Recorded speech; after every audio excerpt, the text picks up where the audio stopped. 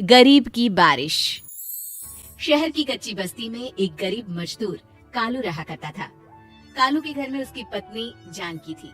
जानकी लोगों के घरों में झाड़ू पोछा करके कुछ पैसे कमा लेती थी और वहीं कालू किसी तरह मेहनत मजदूरी करके 2 वक्त की रोटी का जुगाड़ कर लेता था। कुछ दिनों से हो रही बारिश के कारण कालू की मजदूरी बंद हो गई थी। अरे जानकी, इस बार तो बरसात ने हद ही कर दी, रुकने का नाम ही नहीं ले रही। कुछ समझ में नहीं आ रहा, अगर इसी तरह काम पर नहीं गया तो 2 वक्त की रोटी का जुगाड़ कैसे होगा। अरे तुम चिंता क्यों करते हो, बारिश का क्या है, 1 आध दिन में रुक जाएगी और उसके बाद में फिर से काम शुरू हो जाएगा। अरे 3 दिन तो हो गए, बरसात तो रुक ही नहीं रही है और आगे भी रुकने के कोई आसार नहीं दिख रहा है। तो क्या हुआ, तुम्हारा काम बंद हुआ है ना? मैं तो अभी भी लोगों के घर झाड़ू पोछा करने जाती ही हूँ। मेरे पगार से कुछ दिन तो निकल ही जाएंगे। अरे घर का खर्चा तो हम किसी तरह चला लेंगे जानकी, लेकिन ये जो छत टपक रही है इसका क्या करेंगे? ये बात तो आपकी सही है। हमारी झोपड़ी अब काफी पुरानी हो चुकी है और इसके छप्पर में भी कई सारे छेद हो गए हैं। रात भर पानी टपकता रहता है। अरे मैं भी इसी बात से बहुत परेशान रहता हूँ। कहीं किसी दिन ज्यादा बारिश आ गई तो हमारी झोपड़ी टूटकर बिखर ना जाए। राम राम राम, ऐसी अशुभ बातें क्यों करते हो? अरे ऐसा कुछ नहीं होने वाला, ये झोपड़ी ही तो हमारा सब कुछ है। अगर यही नहीं रही तो हम जाएंगे कहाँ? ठीक है जानकी, जब तुम्हारी पगार मिल जाएगी तो कुछ पैसे बचाकर झोपड़ी के छप्पर की मरम्मत करवा लेंगे, शायद हमारी परेशानी कुछ कम हो जाए। ठीक है जी, अब ना ज्यादा परेशान मत हो। ये लो खाना खा लो और सो जाओ, सुबह मुझे भी जल्दी काम पर जाना है। जानकी और कालू अपनी झोपड़ी में सो गए। रात को अचानक से बहुत तेज बारिश शुरू हो गई। धीरे धीरे बारिश का पानी कालू की बस्ती में भरने लगा। पानी भरते भरते झोपड़ी के बाहर तक पहुंच गया था। सुबह के वक्त जब कालू और जानकी सोकर उठे, हे भगवान, ये क्या हो गया? बारिश का पानी तो हमारे घरों तक पहुंच चुका है। अब मैं काम पर कैसे जाऊंगी? रहने दो जानकी, तुम आज काम पर मत जाओ। ऐसे पानी से निकल कर जाओगी और बीमार पड़ गई तो लेने के देने पड़ जाएंगे। लेकिन अगर नहीं गई तो मालकिन लोग नाराज हो जाएंगे।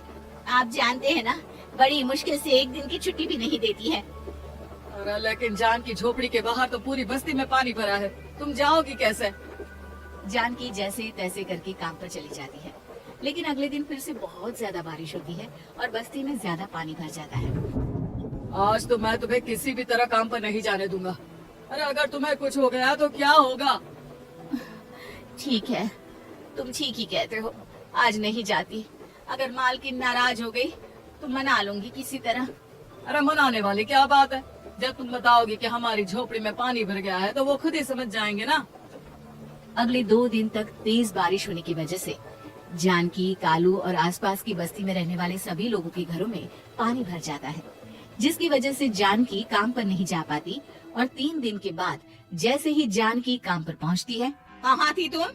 पिछले 3 दिनों से काम पर क्यों नहीं आई? मैम साहब क्या बताऊं, इतनी ज्यादा बारिश हो रही थी, हमारी पूरी बस्ती में पानी भर गया है और उससे भी ज्यादा तो मेरी झोपड़ी के अंदर पानी भर गया। आप ही बताइए कैसे आती मैं? इसका मतलब ये हुआ कि बारिश होगी तो तुम काम पर नहीं आओगी? ना ना, मेरे कहने का ये मतलब नहीं था मैम साहब। तुम जानती भी हो 3 दिन से कितनी परेशानी हो रही है मुझे, सारा काम मुझे खुद करना पड़ा। माफ कर दीजिए मालकिन जी, पर मैं क्या करती, आने के लिए रास्ता ही नहीं था, सब जगह पानी भरा हुआ था। बहाने तो तुझे बहुत बनाने आते हैं। जानकी देख, अगर अगली बार ऐसा किया ना तो फिर काम से हमेशा के लिए छुट्टी। अरे ना ना मालकिन, ऐसा मत कीजिए। बारिश की वजह से मेरे पति की मजदूरी भी छूट गई है। बड़ी मुश्किल से घर में 2 वक्त खाने की रोटी का जुगाड़ हो पाता है। आप मुझे काम से निकाल देंगे तो हम क्या खाएंगे? अगर इतनी ही चिंता है तो फिर रोजाना काम पर आया करो। चलो अब जल्दी से जाकर घर का सारा काम करो। बारिश रुकने का नाम ही नहीं ले रही थी। पूरे शहर में बाढ़ जैसे हालात बन गए थे, लेकिन नौकरी जाने के डर से जानकी किसी तरह रोज काम पर जाती थी। एक दिन जब जानकी काम करके अपने घर लौट आई तो अचानक उसकी बस्ती में कुछ लोगों का शोर सुनाई दिया। अरे लगता है बाहर कुछ हुआ है, मैं जाकर देखता हूँ। हाँ हाँ, पता तो कीजिए, ये बस्ती में लोग इतना शोर क्यों कर रहे हैं? बाहर जाकर कालू ने एक आदमी से पूछा, अरे क्या हुआ भाई, इतना शोर क्यों मचा रहा है? अरे क्या बताए भैया, अपने बस्ती के बाहर एक पुल टूट गया है और वहाँ पर एक कार फंसी है। थोड़ी देर में अगर किसी ने नहीं बचाया ना तो वो कार पानी में बह जाएगी। ये क्या कह रहे हो भैया, कार के अंदर कोई है क्या? हाँ, कोई औरत बैठी है, अकेली है, बहुत रो रही है बेचारी, मदद के लिए बुला रही है। अरे तो हमें जाकर उनकी मदद करनी चाहिए ना। अरे लेकिन इसमें बहुत खतरा है, हमें अपने आप को बचाना चाहिए। पानी कभी भी हमारी बस्ती की तरफ आ सकता है। अरे तुम्हें नहीं चलना तो मत चलो, लेकिन मैं तो जाकर उस औरत की मदद जरूर करूंगा। कालू उस जगह पर पहुंचता है जहां वो औरत कार में फंसी हुई थी। वहां पर पानी का बहाव बहुत तेज था और सारा पानी कालू की बस्ती की तरफ ही आ रहा था।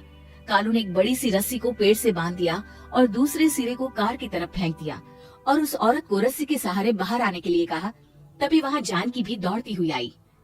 अरे ये तो मेरी मालकिन है जिनके यहाँ मैं काम करने जाती हूँ।